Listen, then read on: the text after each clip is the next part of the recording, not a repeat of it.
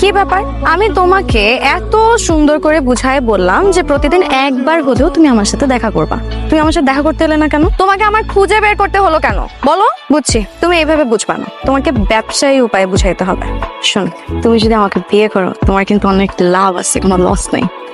তুমি যদি আমাকে বিয়ে করো তাহলে আমার মতন সহজ সরল সুন্দরী একটা বউ পাবে। বিয়ের পর তো তোমার কিচ্ছু করতে হবে না, আমি টাকা ইনকাম করে তোমাকে খাওয়াবো। তুমি খালি পায়ের উপর পা রেখে আয়েশ করবে। তারপর দেখো আমাদের এরকম ফুটফুটে সুন্দর কতগুলো সন্তান হবে, আর সারাদিন তোমাকে আব্বা আব্বা বলে থাকবে।